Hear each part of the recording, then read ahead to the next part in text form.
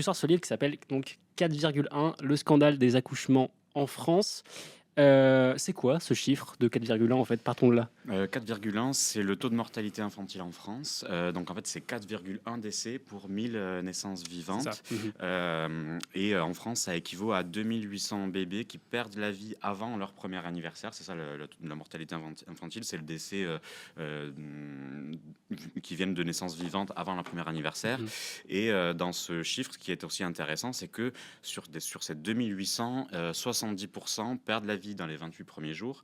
Et dans ces 70%, pardon, encore une fois, 70% perdent la vie dès la maternité, dès les premiers jours. Donc en fait, voilà en gros ce que recouvre un petit peu ce chiffre de 4,1. Et alors ce chiffre, il est parce qu'il est, qu'on se visualise si c'est, un chiffre inquiétant ou pas. Est-ce que c'est un chiffre qui nous met dans une moyenne haute ou basse? C'est-à-dire est-ce qu'on est les champions cocorico ou pas du Non, tout? au niveau européen, c'est assez malheureux, mais on est très très très mal classé. On est 23e sur 27 aujourd'hui au niveau européen. Pour vous donner un peu un ordre d'idée, on est à égalité avec la Croatie et on est entre la Pologne et la Bulgarie. Et ce qui est assez inquiétant, c'est qu'en fait, on a vu une dégradation de notre classement, malheureusement, au niveau européen. C'est qu'au début des années 2000, on était dans le top 3. Et là, maintenant, on est parmi les plus mauvais élèves. Donc c'est aussi ce qui nous a amené à s'interroger sur ce chiffre et sur les raisons de cette dégradation.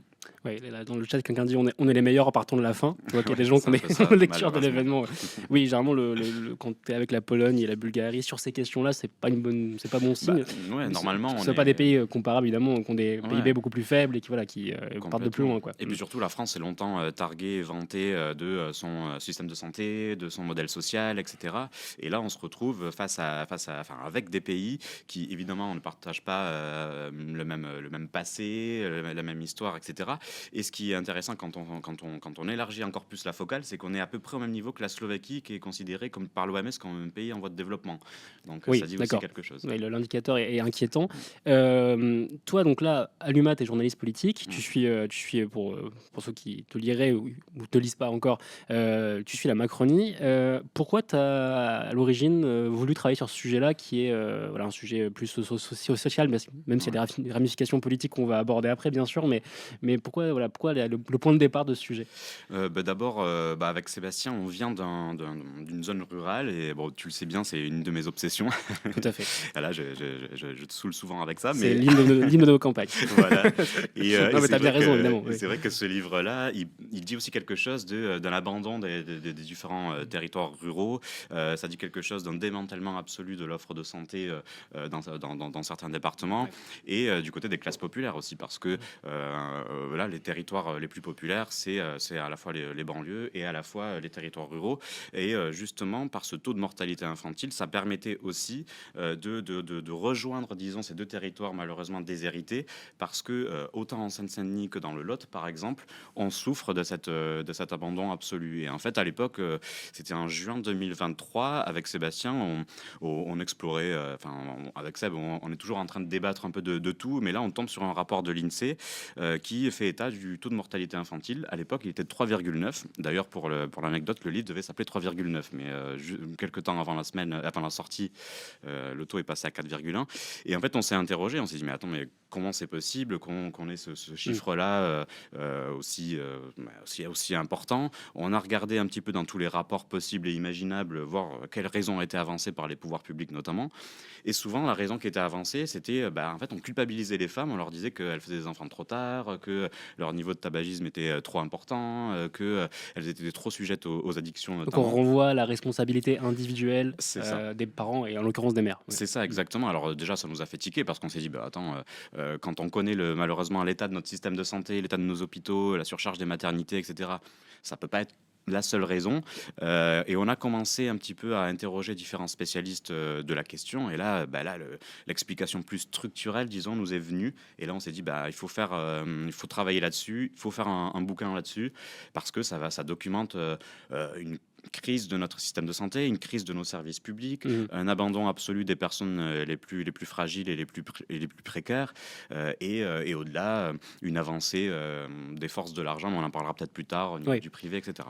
Et avant d'aller parce qu'on va aller dans le cœur, je vois que des gens s'avancent déjà dans le chat en disant c'est la faute du déclassement des services publics. Je vois qu'on spoil dans le chat, mais oui, ils vont évidemment y venir. Non, moi, il y a un truc aussi qui m'avait. Mais alors, c'est peut-être moi, peut-être qui me trompe dans ma perception, mais j'avais l'impression que ce sujet que vous êtes allé chercher, il est très peu abordé. C'est un peu Ouais, pas forcément un tabou, mais en tout cas un sujet qui fait clairement pas la une des médias. Cette idée de voilà, l'inégalité devant la naissance, en fait, ouais. puisque évidemment, on va en parler, mais tu l'as dit déjà, tout le monde n'est pas égal devant l'accès Mmh. à la maternité et oui, à la qualité du service de santé aussi. Est-ce que c'était un. Est-ce que tu as eu le sentiment d'aller trouver quelque chose qui était relativement méconnu en fait, Ouais. en allant creuser? Totalement. Bah, d'abord, c'est vrai que bah, le taux de mortalité infantile est assez rarement interrogé. Et pourtant, bah, il y a des intellectuels qui s'y sont intéressés dans le temps, hein. Enfin, on se souvient par exemple d'Emmanuel Todd qui avait prédit la chute de l'Union soviétique en parlant de ce taux de mortalité infantile. Bon, il est un peu revenu là-dessus, Mmh. mais voilà, ça dit quand même énormément de choses. Et pourtant, il est assez peu abordé dans le débat public. Et c'est vrai qu'aujourd'hui, malheureusement, dans les médias, on est beaucoup plus enclin à aborder la question du grand âge, parfois à raison, mais on s'interroge beaucoup moins sur la question du début de la vie, en fait, tout simplement. Ouais. Alors que c'est une question largement essentielle. Évidemment que on peut aussi avoir une explication là-dessus parce que 18 millions de Français aujourd'hui ont plus de 60 ans.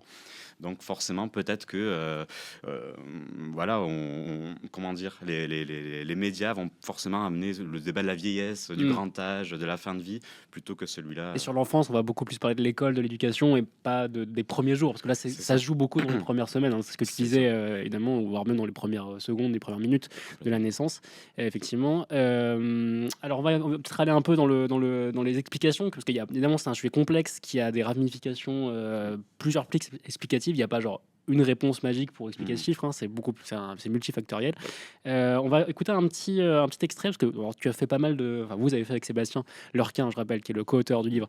Vous avez fait pas mal de médias et il y a eu un petit reportage donc dans votre passage à C'est à vous on va écouter. C'est une dame qui explique qu'elle a dû accoucher seule. On va l'écouter et puis après on en reparle. Chez elle toute seule. Quand la tête de mon enfant sort, je suis dans une certaine position qui fait que j'ai peur que mon enfant tombe au sol. Et que je me dis, si j'ai pas ce réflexe de me mettre sur mon canapé, de m'asseoir, de mettre une jambe d'une certaine manière pour qu'il tombe pas, qu'est-ce que je fais? Si les pompiers n'arrivent pas assez vite, qu'est-ce que je fais? Si le cordon est autour du cou de mon enfant, comment je fais? Mettre un enfant au monde, c'est pas anodin, quel que soit le lieu. Dans ce cas précis, ça se passe. Elisabeth, c'est moi qui fais. Non, c'est moi qui prends la suite, pardon. Ah, Elisabeth. En fait, c'est intéressant. Donc là, c'est un reportage de donc ici, donc l'ancien France Bleu Périgord. Mhm. Donc là, on est typiquement dans les espaces ruraux dont tu parlais tout à l'heure. Et donc la dame explique qu'il y avait donc la maternité était fermée dans son territoire et donc elle a accouché chez elle. C'est ce désert médical en termes de maternité.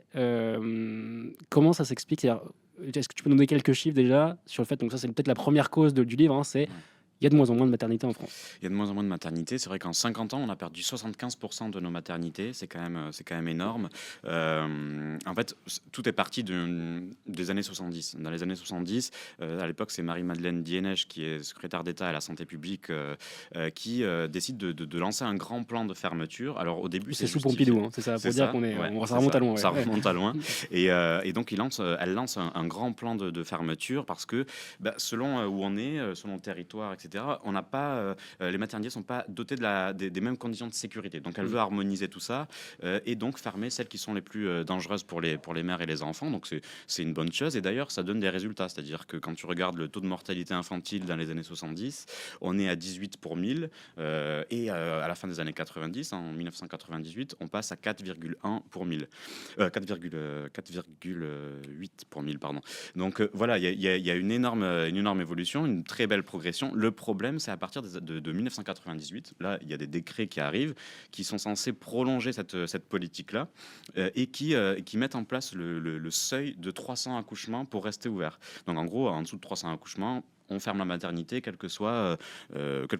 voilà, s'il en reste une dans le département ou pas. On considère que la maternité ne fait pas assez d'accouchements C'est ça, pour les faire de manière sécurisée. c'est Voilà. ça, exactement. Avoir l'expérience, quoi. C'est ça. Donc, on peut se dire que c'est une bonne chose, évidemment, parce que c'est vrai que si on fait, je sais pas, un seul accouchement par jour, peut-être qu'on n'est pas assez rodé, et donc c'est ouvrir la voie aux accidents. Le problème, c'est qu'à ce moment-là, on réfléchit pas le maillage territorial. On se demande pas quel département on va retirer une offre de santé décente et à quel point on va éloigner les femmes des maternités. Donc, en fait, à partir des années 2000, il y a des fermetures, encore une fois, en cascade, et à tel point qu'aujourd'hui, 900 000 femmes en âge de procréer sont à plus de 30 minutes d'une maternité, et la part des femmes qui sont à plus de 45 minutes d'une maternité a augmenté de 40% depuis le début des années 2000. Donc on voit à quel point on a éloigné les femmes des maternités, et pourtant c'est un impensé absolu des autorités médicales. C'est-à-dire que quand on interroge les autorités médicales sur la question de la distance, ils ne veulent pas en entendre parler. Ils disent non, mais c'est pas du tout ça, et là encore ils nous renvoient aux responsabilités individuelles, etc. Et pourtant, voilà, on l'a vu avec ce témoignage-là, quand on accouche sur le bord de la route, quand on fait 1 heure de trajet, qu'on arrive à la maternité complètement paniqué, évidemment que ça accroît les risques. Et d'ailleurs, tu le disais, on a fait beaucoup de terrain avec Sébastien. Enfin, vraiment, ça nous tenait à cœur de traiter ce sujet par le terrain, par le reportage, etc. Et dans beaucoup de départements ruraux, les sages-femmes, elles, donc pas les pontes de l'Académie de médecine ou des autorités médicales, Pas nous les disent, exécutifs. elles nous disent évidemment que chez nous, la distance est une perte de chance. Donc on a voulu amener cette question-là.